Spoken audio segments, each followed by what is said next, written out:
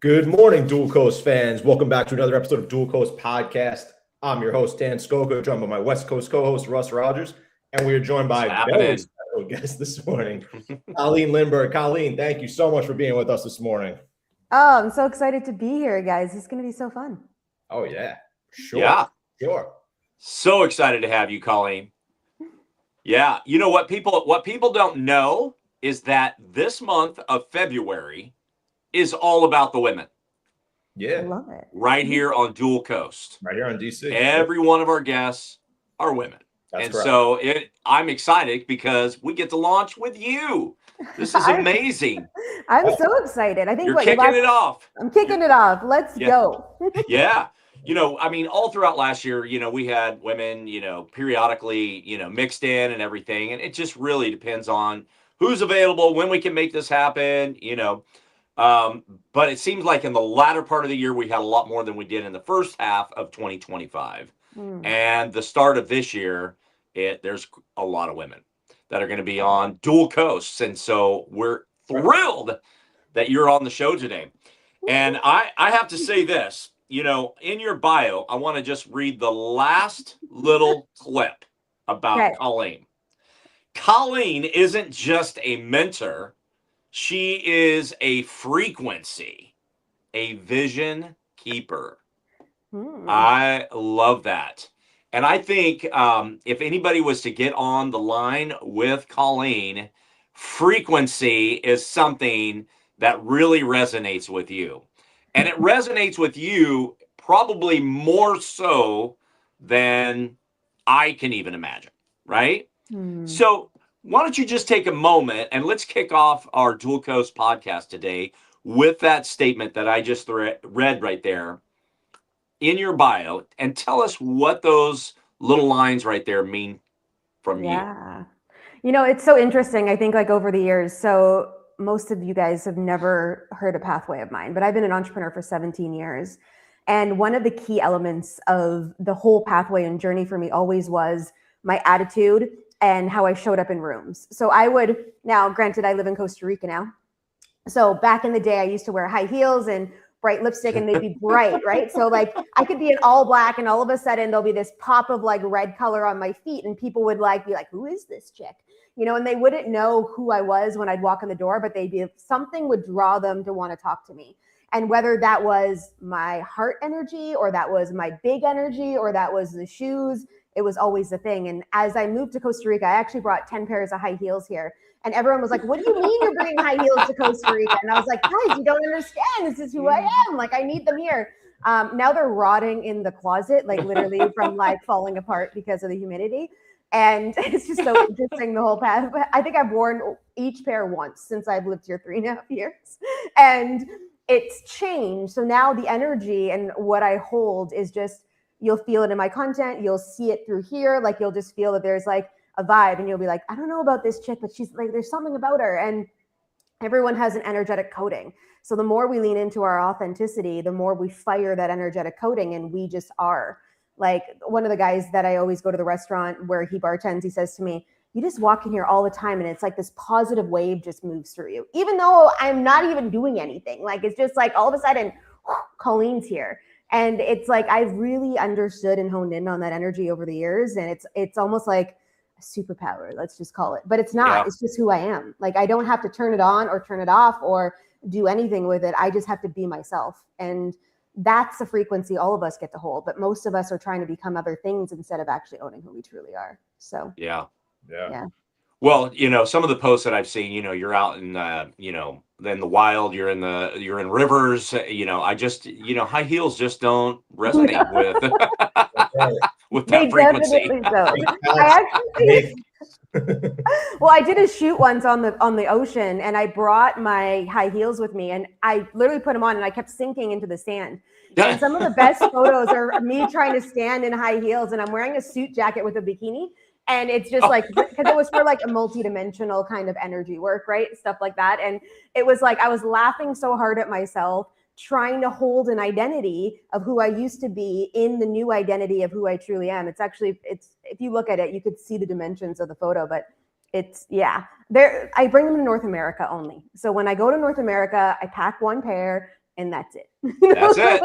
We're done. The one that's not the one that hasn't molded yet. Yes, it's true. It's really funny. I have this pink pair of boots that I got one of my girlfriends. My mom sent it to one of my girlfriends in the US when we were meeting up last year, and I had her take them home because I was like, do not let me take these, because these are like these precious pink boots. And I was in New York earlier on in January, and she actually sent them to the hotel there so I could wear them at this event I was going to. It's like I stash my shoes across North America for when I need them. Actually a whole bunch of that's fun. hilarious. Yeah. That's funny. Wow. Awesome. Colleen, out of sheer curiosity, what made you pick Costa Rica? It came as an intuitive hit. So like, this is how I do my life. So it's almost like God talks to me, and I woke up one morning and it was like, you're going to Costa Rica. And I was like, okay, when am I leaving? Like literally, this is like the beginning parts of 2022.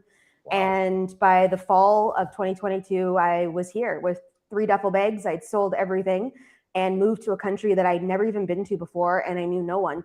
And I didn't even come to visit first. I literally just got on a plane and was like, I'm going to figure it out. And I did. And that's how I kind of lead my life, like through the whispers and the intuitive hit side. And some of us, all of us hear it, but we don't action it, or we don't believe it, or we're thinking that it's something different. And I just keep listening. And that's how I got here. And that's why I'm still here, because it's like, it's still time for you to stay. I'm like, okay. So just wake up every day playing the game.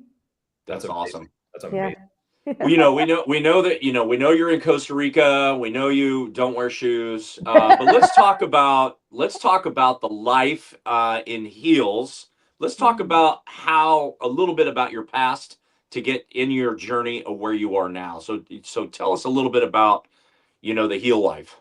Yeah. So when I started entrepreneurship, I started as a very pragmatic business consulting coach. So I would walk into companies, help them with growth strategies, processing, hiring people, leadership development, culture management. And that served me for a good 10 years in the space of everything. So, imagine going to meetings, dressing up, there was a part probably around year 8 that I just started owning who I was, instead of like the nylons and all the other BS that you think you need to wear when you do like corporate work. And I started wearing like ripped jeans and t-shirts under like a dress jacket and brilliantly beautiful high heels. And it like literally triggered some of my girlfriends who were like, you can't wear that to your corporate meeting.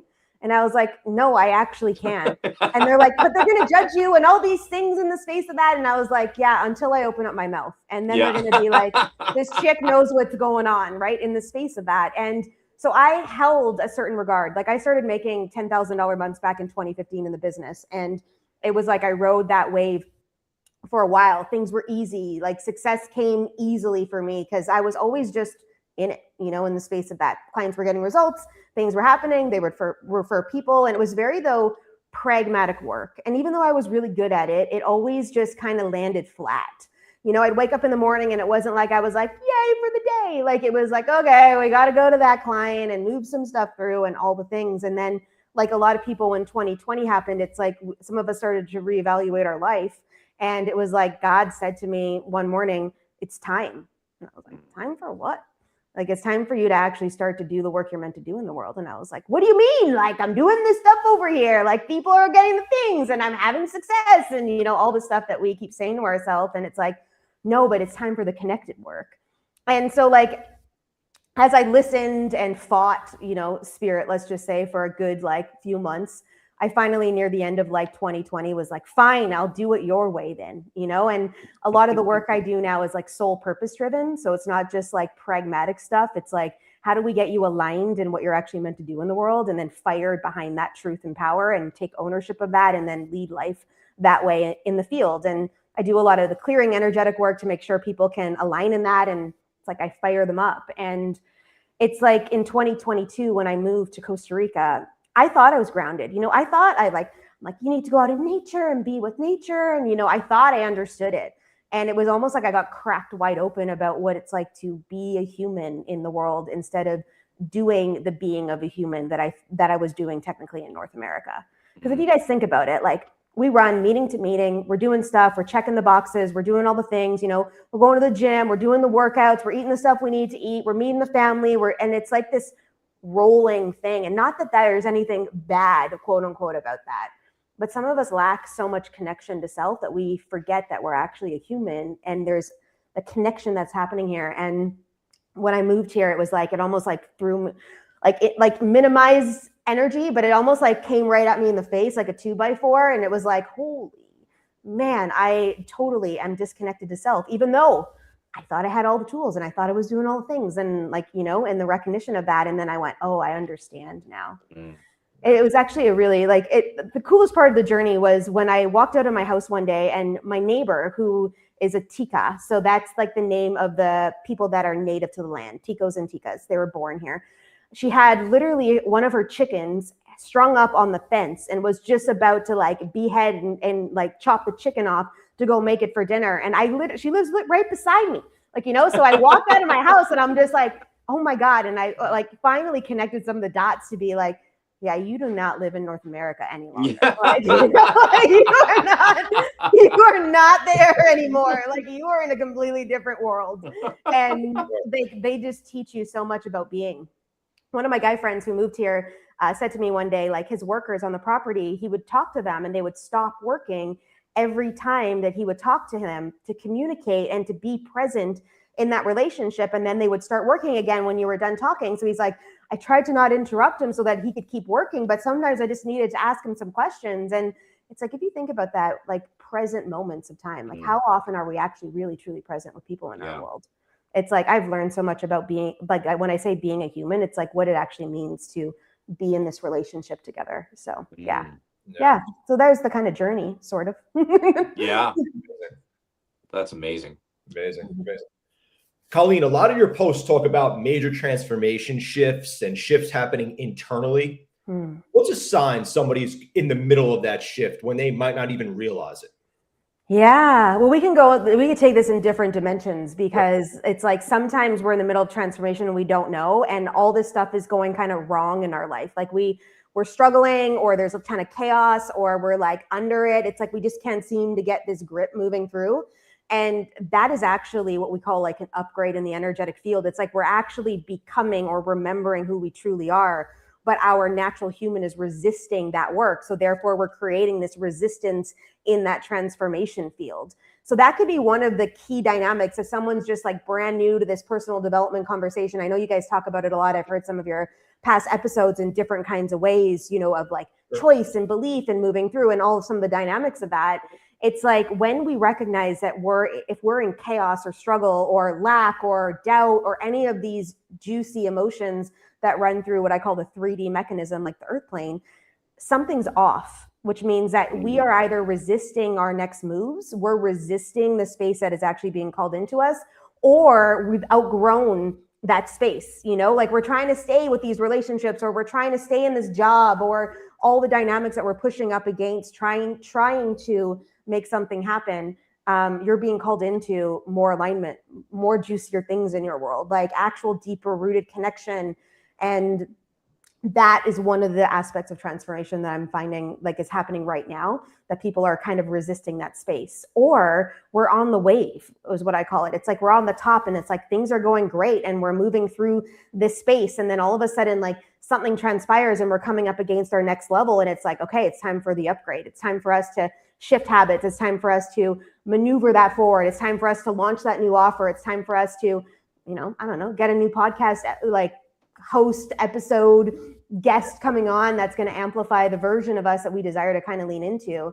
And so, yeah, I don't know if that answers your question, but yeah. Okay. Counter question to what you just said. What else you got to say about that, Dan? I got nothing left. Let's end it here. Do you feel like a lot of people resist that version of themselves? Yeah, absolutely. Because I really believe that we grew up in societies that teach us to stay within an infrastructure of a box. So if you think about the school system alone, you go to school, you have to get there at a certain time, you can leave at a certain time, you have to follow the rules, you have to do your homework, you have to be this kind of student, and then they're framing it for us to go out into the world and be really good employees, which is amazing for some people because that serves who they are as a human. Like they want to be an employee. Not everyone's going to be entrepreneurs. But if you think about this in the space of, that's the conditioning that we have in this box. Transformation is asking us to step up into our authentic self and lead through that frequency in the world, which doesn't fit in a box. So we are always pushing up against the edges of the box because none of us should be in them in the first place. So we are resisting it because our conditioning says, you stay in the box. That's the programming, where our soul, our heart, our energy, like the actual truth of who we are, is saying, we don't play in boxes. So, and it's not tangible. And that's the part that we can't fathom as humans, is like, we're always looking for, like, do the research and then you get the answers and then you take action. That's how we've been conditioned. Spirituality or energetics or actual soul connection says, just take action first and you'll get the answers later. And most of us can't fathom that in our brain, to be able to be like, oh, I just don't understand how to make this move, or why am I shifting this? Or I don't know, I just have this gut feeling that I have to resign or say this to someone or leave this relationship, and I don't know why. And that's the trusting aspect of the space of the transformational piece. And most of us don't want to step in because we don't have the answers. We don't know why we're doing the work. None of the T's are crossed or I's are dotted. Like, why did Colleen move to Costa Rica? At the time, I had no idea why I was actually moving here. I could have given you all these other answers, and you could have been like, oh my God, Costa Rica is such a vibe. It's like, you know, all the things that you see. You get to play with the iguanas every day and the monkeys hang on the trees and, like, you know, all that stuff. And it would be like superficial almost. Yeah, that happens. But the depthful work I had to do in order to step up into the version of me that I truly am couldn't have happened, or maybe it could have, anywhere else in that moment of time. And I needed to trust that I didn't have the answers. I really didn't. I had no idea why I was coming here. I just was like, I'm going to follow the cue. And so transformation requires some of this trusting, because we're called to let go. We don't know why certain things. We're called to launch in certain ways. It doesn't make sense to the patterns or conditioning we were taught in our business school etiquette, you know, and it's like, there's tons of resistance there. Tons. Yeah. Sounds to me like Colleen should start in the education system a course that's called Outside the Box. Yeah, and do you know how much energy it would take to get outside the box into the box? You know, yeah. Like, I'm like, I don't know if I want to trailblaze there. I would rather go around igniting all the lights in the world around the box, and then all of us together can just dismantle the box. Yeah.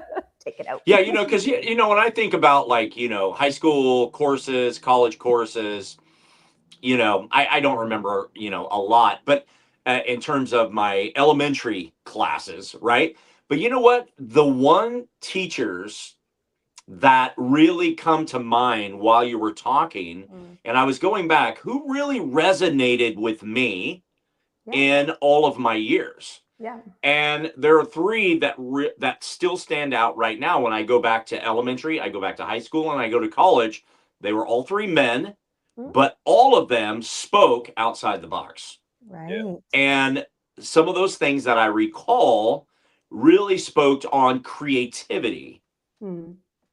And one of them in college really gave some applicable things for us to take into life, right? Yep. It wasn't geometry. It wasn't English. It was, I mean, those are all important, but this is life. And even in third grade, Mr. King, right? Yep. Creativity in the third grade. And so when I think about outside the box or being in the box, those are, you know, there are three that come to my mind that spoke outside the box in my early years and all the way through college, and how important that is in life. Yeah. Right. Yeah. Well, and Dan, I'm sure you probably can remember some too. Like, in grade 2, I convinced my teacher to let me every afternoon go play in the kindergarten room. And then in grade 3, I told my grade 3 teacher that my grade 2 teacher let me. So he let me too. And then in grade 4, I like this pattern. You're working they stopped me in grade 5. But for like those 3 years, every afternoon I'd go down to the kindergarten room and I'd hang out in the kindergarten room all afternoon. And they just, like, I was one of those students in school that would be like, I naturally excelled in school because I just feel like I could just tap into the energy and channel it all now looking back. But it was like I never had to do the work. So I could just be here in the space of school, and whatever you need me to do, I'll get it done. And then I don't want to play in this realm for the next 5 hours. I want to go downstairs and play with the kids. And I don't know how this even got flew in the space of that. But one teacher, my grade 2 teacher, and even still to this day, if I were to see her, we just had this relationship, and she was like a catalyst in this rebellion that I kind of was and still totally am in the space of stuff. And I'm like, oh man, I should send her a letter actually thanking her for igniting my rebellion, in the energy, that not even recognizing it until this moment of time. And I'm just like, oh my God, yeah. So it's yeah, super cool. Was she wearing pink boots? Yeah. No, but she did give me, so this is even funnier. She gave me an old pair of her high heels that were purple velvet with a matching purse. And I would walk around school with these massive shoes clicking in the hallways because my feet were obviously not big enough to wear them. And yeah, they were chiclet. Awesome. They were chiclet high heels. They actually had the Chiclets logo in the shoe. Yeah, I know. Inspiration. Oh, yeah. I feel like it's so true though, because a lot of teachers don't teach the rebellion. They try to teach you the mold, and they keep you inside the mold. And that's pretty much just where you go, and you stay inside the mold and stay inside the mold. Exactly. I had one teacher that you guys are speaking on this in actually college. Nobody I can recall in high school or elementary school, maybe a little bit, but one in college, stats teacher. And he's like, first day, he's like, half of this class, I'm going to teach you how to do statistics. And I was like, yeah, great. He goes, in half of this class, I'm going to teach you how to succeed in life. Nice. This is and I'm 18 or 19 at the time, probably 19. And that caught my attention right away. And I was like, succeed in life. I was like, no teacher's ever really said that to me. How do I succeed in life? Yeah. Started teaching us real estate, taxes, everything like that, outside the realm stuff, entrepreneurship, how to buy homes. And I was like, okay, this is intriguing now, because this guy's a teacher and he's teaching you how to actually excel somewhere. Stats, great to know, good skill, I guess, maybe for people. For real? Have you ever used it? Whatsoever. And, he taught you everything. He really did. And I tried to carry some of it with me, but it's not always easy. But he really, he went above and beyond to show you how to do things. Yeah. And a lot of teachers, they stay inside the mold. They keep you inside the box, and they teach inside the box. It's interesting though. Some of them do put it out there. Yeah, and I feel though this day and age, so many of them are so wound, they're handcuffed to the system, because the second they start to speak out of the curriculum, they're getting flagged, and it's actually really sad to watch what's transpired in some of the school systems right now, where they're holding teachers in this bind.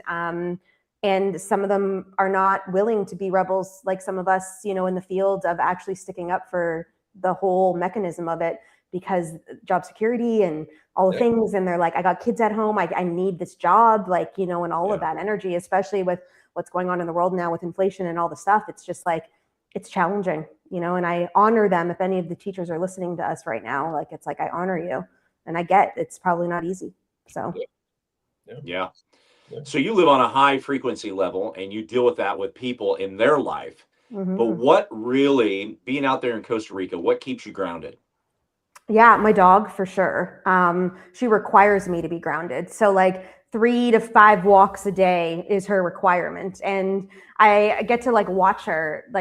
It's I'll leave the door open for a while. Right now there's some kind of dead animal kind of close by, and she wants to go play with it, and the vultures are around. And I'm just I got to monitor a little bit more in the space of this. But I'm we do not need any dead animals or any dogs eating dead animals. I don't know what it is, but I was talking to the vultures yesterday. I'm just take it out of here. Take your animal and move it somewhere. Okay. We don't need this here. But she'll go out, and just all of a sudden I'll just catch her laying in the sunshine, and she'll lay there for 30 minutes. And I just really I get so inspired by animals, because it's they teach us how to be. I'm going to sleep. I'm going to lay in the sun. I'm going to eat. We're going to go for a walk. We're going to play for a while. We're going to have some fun. I take her to the beach every day. So we go walk the beach, and I throw sticks, and the way she swims in the ocean is the most amazing thing. She'll this small little wave will come, and she'll jump over the wave, and she's tiny. She's maybe 2 feet high. She's not big, like a big dog at all. And it's just so cool to witness. And so Grounding for me means being present in your life. So I don't take my phone when we go on walks. I don't take my phone to the beach. Like, I am just rooted in the space of that moment with her, paying attention, watching the trees. Like, you obviously too, I live on a mountain that doesn't really have paved roads. Okay. So that's like not really a thing here. So you have to pay attention to where you're walking, or because nothing is smooth and it's all rock formation in some way, shape, or form. So crushed rock on the roads, like that's just how it works in the space of everything, especially because all the rain we get, it helps with all the moisture. But it's like you have to be present in your life to live here, or you are in some challenges and you will come up against some stuff. Like one of my girlfriends was coming down for a while, and she was going to watch the dog while I went to North America. And I said to her, look, I need you to really understand, because she's not grounded a lot. And I said, you cannot touch your phone if you're driving in this country, because animals come out of nowhere. There's like none of the streets are straight. Everyone's doing stuff. The driving here is insane. Like people just like there's no like turning lanes, and there's no like you shouldn't pass here. It's like they're passing and they have a blind spot coming around the mountaintop. Like they don't care. So they like and it's like you can't, like you come into some stuff if you're not present in your body living here. So it's like that's the moments of like, how can I just make sure that I be in the world when I'm being in the world? So, yeah. Well, I have been to Costa Rica twice. I have witnessed the roads both times. And exactly what you said, passing cars on a curb. Yeah. Like, oh my goodness, what are we doing here? You know? Yeah. And I have seen the roads because we went out way out in the sticks. I have no idea where. We went to this one house that was on top of a hill. Could have been your house before you moved there. But we went up there, we had dinner and everything. But what we did, and it was a long hike. Yeah. What we didn't realize as Americans, is that we had to walk. This is before cell phone. We had to walk back down the hill. Well, it's dark now. Yeah. Well, you can imagine that. That was treacherous. Yeah. On unpaved roads. Oh yeah. I'll tell you guys one thing. So I'm part of like a coaching group, and one of our mentor challenges us all the time to do crazy stuff, And so 1 month back in 2024, we had this, it was named after a guy called the Nate Solomon's Challenge. And what it was you started walking at dusk till dawn. So for 12 hours, you walked in the middle of the night, no phones, no music, nothing, just you and your thoughts. And so because I'm a rebel, and because I like to challenge myself this way, I decided to do that. Now, I live in Costa Rica. At the time I was living in a town, it was a little bit more rooted, but theft is a big thing here. Okay. Like it really is. That's like a truth in the space of it all. People know this country for that. It's like, you don't leave your stuff on the beach and everything. And I'm going to say this with respect, a white girl in the middle of Costa Rica in a really rooted Tico town, it's not usually safe. When I told my Spanish teacher after the fact that I did this, he's like, what?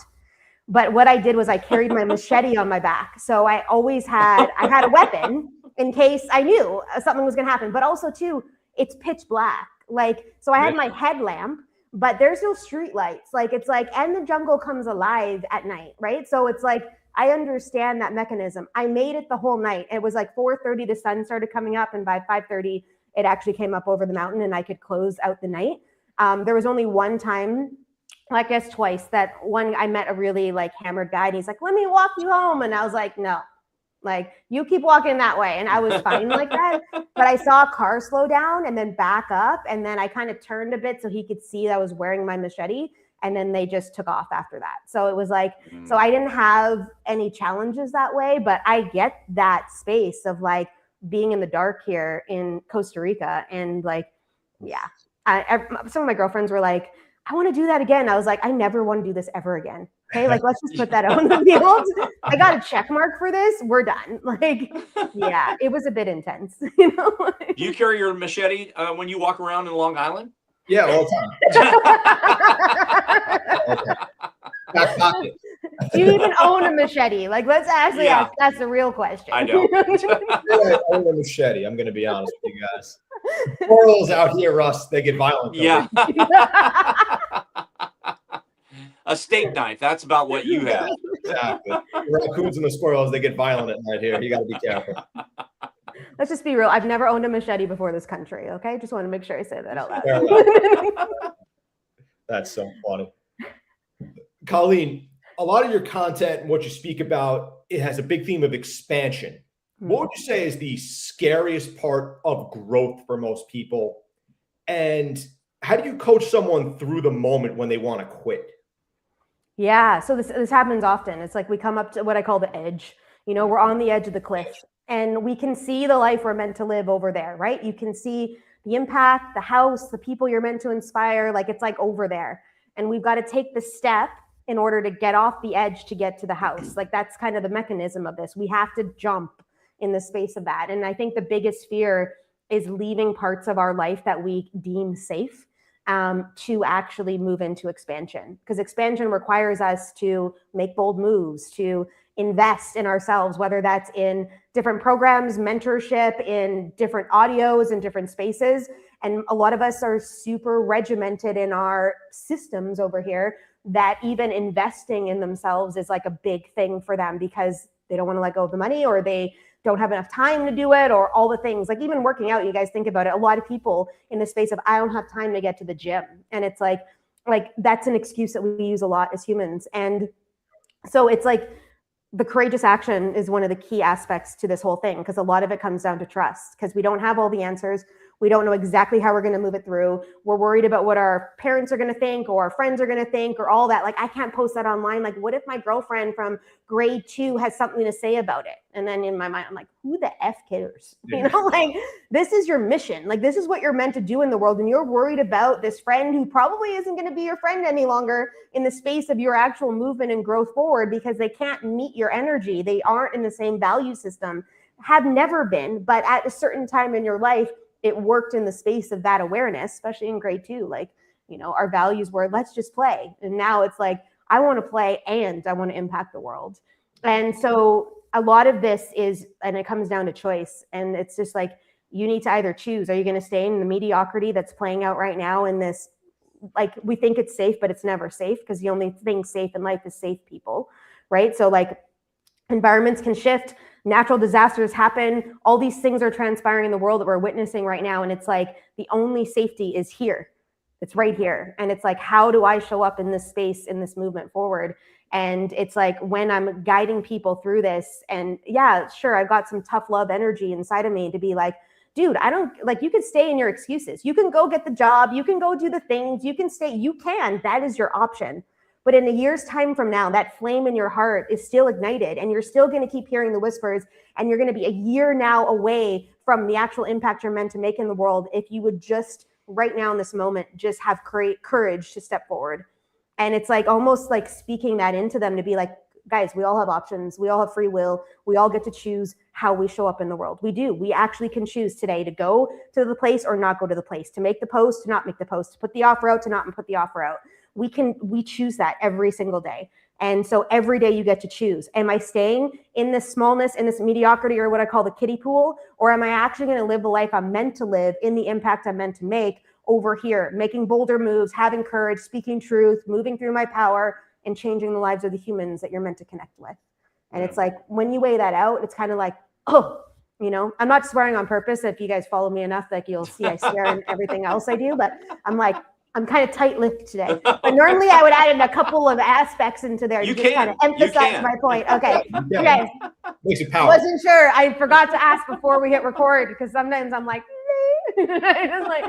but it's like you get to choose that. And that's the truth of it. It's like you can stay in this system, keep fucking cycling all the day long that you want to keep fucking cycling.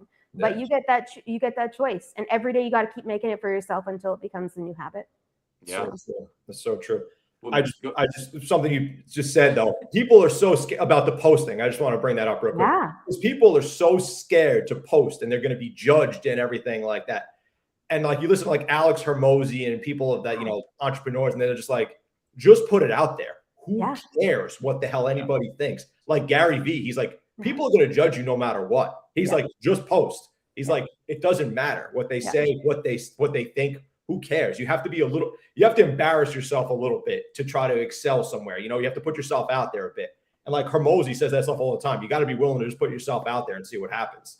And it's so true because people are so scared of what everybody else thinks. Like I'm gonna make this post and people are gonna make, judge me and people are gonna make comments, this and that. Who the hell cares? Yeah. That's kind of like the mentality you kind of have to have. Oh, huge. Well, Wexler talks about that. He talks about FOPO, right? Fear of people's opinions. Fear of people's opinions. Oh, yeah. Right. Yeah, it's so true, because that I think that's one of the number one things that kind of restrict people from doing the things they want to do, because everybody's like, oh, people are going to think I'm crazy if I do this, if I make this move, or I make this jump to another position, or I want to start this business, or I want to start a podcast. You're gonna take some flack. It's gonna happen. But it's inevitable, and that's the only way you're going to excel, in my opinion, is just giving it a shot. If you fail, you fail. You could always say you tried, as opposed to saying, I never tried. I never know. Who knows what could have happened? Yeah. It's interesting. And my mom is most likely going to watch this episode. So Mom, I have a lot of respect for you, but I need to tell the story. So I did a photo shoot when I moved to Costa Rica in a waterfall, and I was wearing a white dress, and I was coming out of the waterfall, and the dress obviously becomes see-through. So you can see my nipples in the photos. And so one day she calls me and she's like, what is up with these nipple photos? And I'm like, Mom, this has nothing to do with sex, okay? Like, it's not a sexual branding. It's about a woman owning her power and stepping up into the space. And it was one of the most connected photo shoots that I'd ever done, like just in general, for the essence of who I am in a human on this earth plane, but also as a woman. And I said to her, if you have a problem with these photos, you can unfriend me on Facebook. So this is what I said to her. And then she heard me, and I'm sure she'll have another story about this, but Mom, you heard me. And then we never talked about it again, because it was like, this is the lane I need to be in. Yeah. And if you can't accept the lane, I am not changing the lane because you're uncomfortable. So like, you need to either disconnect from the lane and go and do your own thing, or just swallow the pill every time you see me doing whatever I'm doing, and just honor that that's who your daughter is, and that she's self-expressed and she's making moves in the world and inspiring other women to own their power in the space of who they truly are. So, yeah. And we love you, Mom. Yeah. She said to me the other day in December when I went back home, she's like, oh, do you always, do you just write your emails yourself? I was like, you're on my email list? And I was like, oh shit. How long have you been on my email list for? And I'm like, have I ever talked about her on my email list?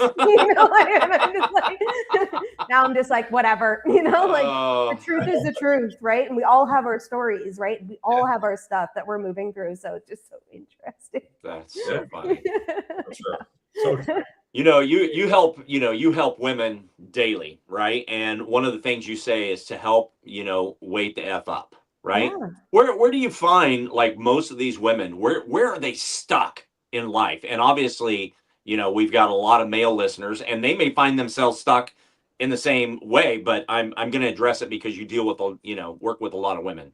Yeah. Well, us as humans, and just like we've kind of talked about, we're stuck in the box of conditioning, thinking that we can't do certain things, like even businesses. So some of us have been coached by very pragmatic business coaches that say the only way to success is like this, and you have to do it this way. When that's not the truth, that every single one of us has a unique blueprint that we're meant to bring to the world. And my success might be in memberships, and yours is in one-to-one work, or massive shiftings of all those pieces and offers. Like, I have some of the people in my world are like, I can't even imagine, because I have offers all the time that are going out. Like, I have got 4 to 10 offers at once sometimes playing out in the world.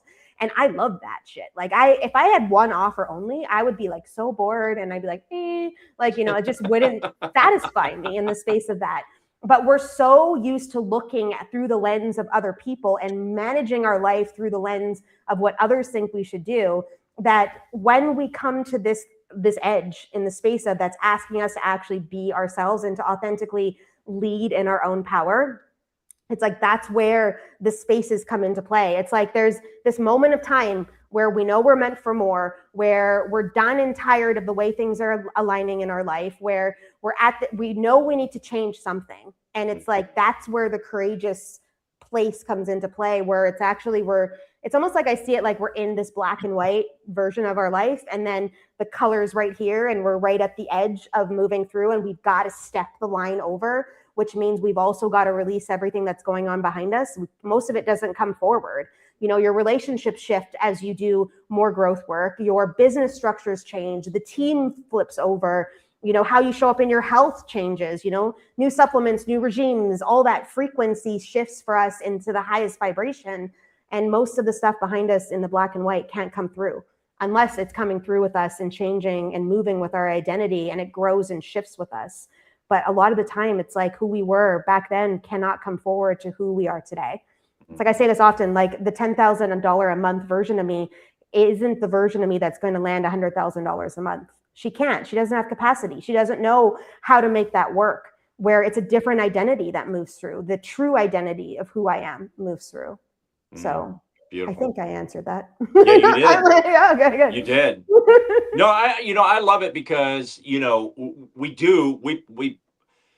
we've been taught, as you said, in this box, but we also keep ourselves in the box when we have so much more, to unleash, right?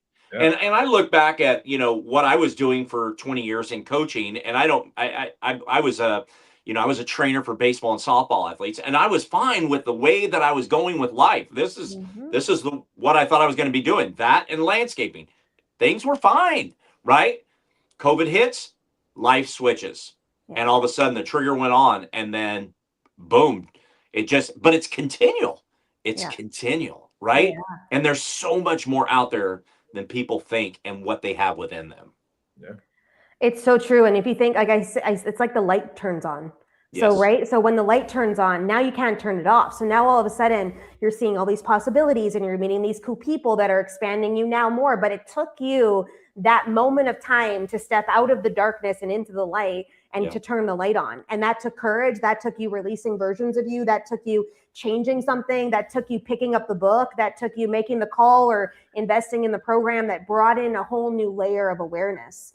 And now it's like you can't turn it off. Like you just can't. Like I don't know if I will ever not be able to like connect with a butterfly in my yard ever again. Like I can pick them up on my hand and they'll come and land on me, or like hummingbirds and like dragonflies. Like that's a connection point. And I don't know if I ever want to not be a human that has that kind of energy, no matter where I live. Even if I lived in New York City, like completely different mode than Costa Rica.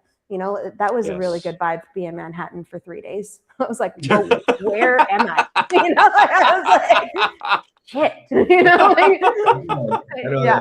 Yeah, right? So like Long Island, even to New York. So imagine Costa Rica to New York. It was like, woo. But it's like, I don't ever want to lose that awareness, because you can get sucked in to the mechanisms all the time if you choose to be. Or you can keep moving through into that light and keep growing and connecting and doing cool shit in the world. Yeah. I feel like people restrict themselves a lot too, like we were just saying, because they don't take that first step of courage kind of thing. They know they're destined for more. They know they could do greater things, but they're not an execution person. They always say, hey, I could do this, I could do that, but you don't take that first step. And like you actually mentioned earlier in the podcast, and I say this all the time, and Russ probably smirked at it. You said, put yourself in rooms. Mm-hmm. I knew it was coming. I have to bring it up. Yes. But I always say, and I say this to Russ all the time, like you just put yourself in the room and see what happens. That's kind of like the first step. And like, that's me. Honestly, we bring this up all the time, but that's how me and Russ met. I put myself in a room. He put himself in a room and, just expose himself to what was going on. It was a meeting in New York City, in Manhattan, like you just said. You don't want to be there, but we were there. I love New York. Just putting that out there. But it's just true, because nobody takes that first step, and everybody sits there and they say, man, I could do great things. I could do this, I could do that. But they don't put themselves out there. There's a courage aspect and a bravery aspect that has to come with it. You have to not care what people think. You got to be willing to expose yourself a little bit, be a little bit vulnerable. Yeah. I think, and people are scared. And I was scared for a long time too. I fit the perfect mold of going to school, going to college, getting a job, going to work every day, doing my thing. And then like to step out of that zone and try something else is hard. And I think a lot of people don't take that step because it is hard and it is scary. They don't want to fail. I think that's true. You see, I think Dan unintentionally did something, because the room that we were in, it wasn't a large room, but it did have an elevator up to the space, right? He unintentionally put himself 5 feet outside of the elevator exit. Right. Yeah. So you were forced to meet this guy. You had to meet him because you had to go left or right. to get around him. Right. He knew what he was doing. Yeah, he knew what he was doing. Dan Skoka, nice to meet you. Yeah, absolutely. So I would have been in bright pink heels, so I knew what I was doing too inside of that room. Yeah. And just smiling at people. It's almost like when you like own the room energetically, and it's not even your room, but you just show up in that light. Like I'm a lighthouse. All of us are lighthouses. Every single one of us in the world technically is a lighthouse. And if we actually see it that way and we transition ourselves to believe that, it's like everywhere you go, you're imprinting. Everywhere you go, the coffee shop, the grocery store, the car, I call it the light wagon. It's like, how am I like, I drive down the streets here and I say hi to everybody, or hola, every single person that I'm like, hola, ¿cómo estás? Buenos dias. Like, it's just like, and I'm learning Spanish, so let's just put that out there. But it's like, what if the world was like that? What if we just showed up that way every single day? And it's like, we do it in rooms, we connect in rooms, we invest in ourselves to go to the rooms. We don't know who's there. It's scary to get on the plane to do the things. Like, it takes me a long time to get to North America. I don't know why, but it's like a lot. It's a day of travel. Like, it took me, I left my house at 7 a.m. on that Friday morning to get to New York. I landed in my hotel at midnight. Okay. Like, it's a big feat because I'm 3.5 hours from the airport. And then all the times you have to stay in the airport. And then a lot of places don't have direct flights. And it's like, we've got to connect in. So when I leave the country, I'm investing not just money to go, but in time and understanding. I went to New York for a mastermind. It's like, did I have to be in New York on that Saturday for a mastermind? No, I didn't. But guess what? The millionaire version of me invests in rooms like this. She shows up that way. The identity of who I am in the world is like, that's what she does. So that's who I am. Yeah. That's how I show up. But most of us are showing up in the old identities and staying small in that space. So I love that. Yeah. Thanks, small. Yep. There's you hear it in basketball, and it's an analogy of, it seems like the lid is on the hoop, right? Meaning the team are throwing up all of these shots and the ball is not finding the net. Yeah. Right. And so you're missing. We need to take the lid off. Right. So there's so many things that you could say today that will resonate and has resonated with people already. But tell the listeners today, and for those that are going to hear it down the road, what is it in life right now that could resonate with men and women collectively that would help them to take the lid off and start making the shots? What would you say to that today? Yeah, such a great question. Everything is inside of you already. So you came to this earth plane with all the coding in you to do what you're meant to do on earth. And if you've got a dream in you, like you keep seeing a vision of a business, of a movement, of something moving into the world, it's already yours and ignited in you. You just now need to action behind it. So there's nothing outside of you that needs to connect in. Some of us are like, I need to get more certifications, or I need to have the right partnership, or I need to have this. And we're looking outwardly all the time. It's like, it's already here. So if that is actually true, then all you have to do is step behind it for it to come to life.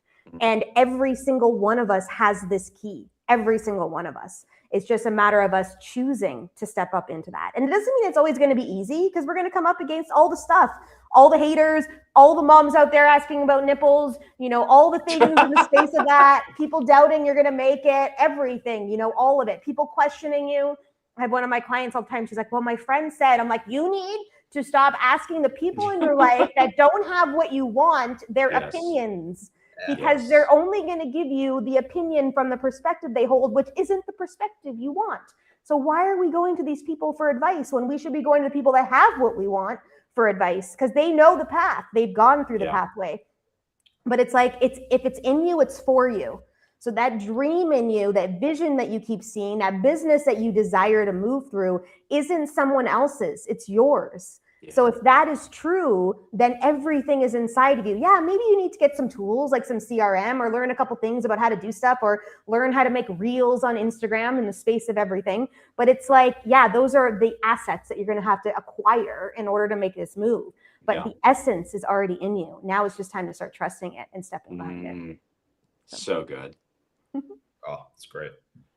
Colleen, we'll probably close out with this one, but we have a statement on the podcast, or a quote that we kind of close every show out with. And that statement is, wellness is not about perfection, it's about progress. What would you say that statement means to you? Yeah, so I went to this retreat back in 2017, and the guy leading the retreat said, it's not about 100% change. It's about every single day, 1% movements forward.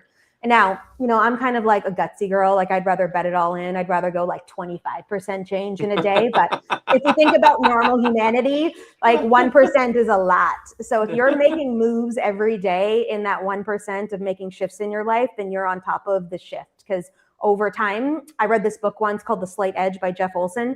And it's like the dissonance between what we want and where we are in life, it wasn't created just one time. It was created by these small habits that we take every single day, right? So it's like, we want this, but our habits are taking us this way. And every time we embark on that habit every day, we keep veering off. So it's like, if we can stay true in that 1% movement every single day of change and aspects of our life, over time, we're going to be way farther along than we think. So it's like sometimes that chewing off and taking a bite off, like I can handle a lot of change. And yeah, sometimes I fall off the wagon. Okay. Like, let's just be real. I'm a human. But it's like, if I just stayed consistent every day to the things I'm committed into that are taking me to where I need to go, it's like, it's game over. So. Love that. Yeah. Yeah. It's like yesterday I had a truck issue, right? My old work truck. And I knew going in from Sunday to Monday, I'm like, I'm going to have to commit 4 to 5 hours on my Monday. Not that I want to, I have to, you know what I mean? And it's like, I could be doing so many more things that are productive, but that is going to be production because we need the truck. Yeah. Just hate to work on that thing. But anyway, it's all good. Colleen, amazing today. Yeah. You really shed light on a lot of things. And I love the word frequency. I love that you have the download. I love your creativity. I love the depth of you. There's a lot of depth. And I really hope that those that were listening today live, for those that are going to listen to it in the future, that this brings a lot of meaning to people that are in and stuck in that box. Yeah. It's in you. It's in you. Listen to what she said. Yeah. This is a great replay. It's a great re-listen. Yep. Because many nuggets that were shared today, and I so appreciate you. We haven't known each other long, but I know you've added a lot of value in my life. Oh, thank you, Russell. You too, just your energy in general. So I look forward, like I said to you before, like just seeing where our relationship takes us. It's going to be amazing. Absolutely. Yeah, thanks, guys. I'm not going to be in a white t-shirt and a waterfall, though. I'm on the hunt for a men's dress shirt right now. Okay. So I actually have a photo shoot today, this afternoon, and I'm trying and men's dress shirts are like few and far between. Okay. Like I'm trying to import one in the next 5 hours to get to here. In the face of that, because I'm like, what can we do with a white men's dress shirt in the ocean? We will soon find out. Yeah. Mom, beware. She's fine now. Colleen, where can people find you? Yeah, I'm all over Facebook too if they just search my name, but I love to play on Instagram. It's like what I call my playground. So come and visit me there. If you were listening to this and something hit, I always say to everyone, just send me a DM. I want to know what landed for you, in the space of that, because it's like when we keep speaking it out into the world, then it keeps shifting and changing for us. And yeah, I'm really active on Instagram. So come and find me there. Awesome. Wonderful. Yeah. Awesome. Colleen Lindberg, thank you so much for being on today. This was an amazing episode. Powerful. Like Russ said, ton of nuggets. Great re-listen. Everybody, thank you so much for listening. We'll see everybody next week. Colleen, thank you again. Thank you, Colleen. Appreciate it.